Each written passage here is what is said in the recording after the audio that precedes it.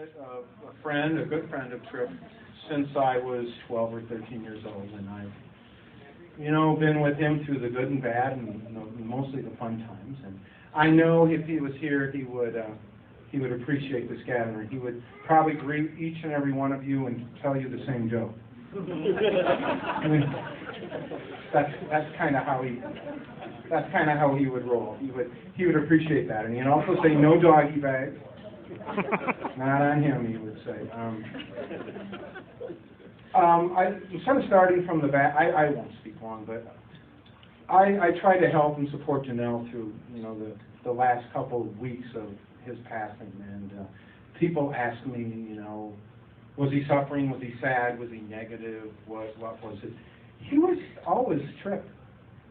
I mean, I think he told the doctor some corny joke right before. He was always upbeat. He never felt sorry for himself. He wanted to, he loved you got it right. He said he was a people person. He wanted to please.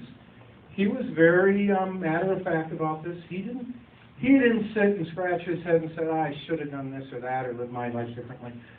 I don't think he has any regrets. In fact, I know he doesn't have any regrets.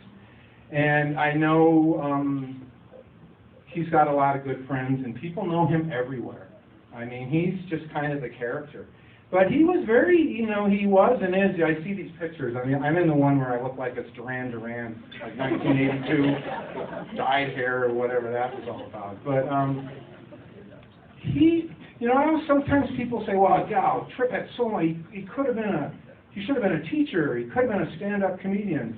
He could have been a philosopher. And when I think about it, he really was all those things, wasn't he? I mean, it wasn't his title, but he really was.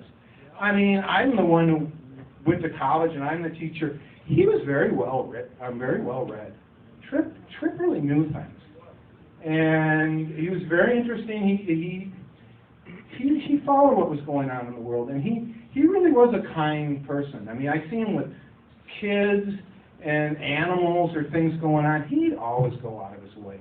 I mean, Tripp's the kind of guy, if you're at the Walmart and someone's stumbling around or can't get their stuff in the trunk, he might tell them a story that lasts too long, but he would definitely, he would help them out. And so, yeah, as he said, there's length of time, duration, chronology. He gave it really a good go. He touched a lot of hearts, and there's just kind of a spirit and a warmth to him. And I'm glad you're all here.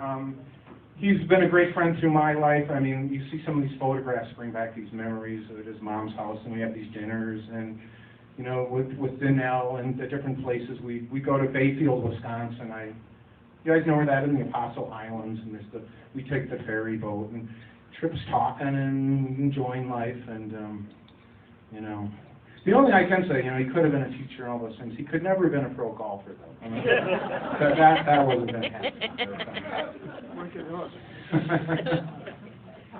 And so, thank you, Tripp, for a life, He's kind of bumbling here, but he's really one of a kind.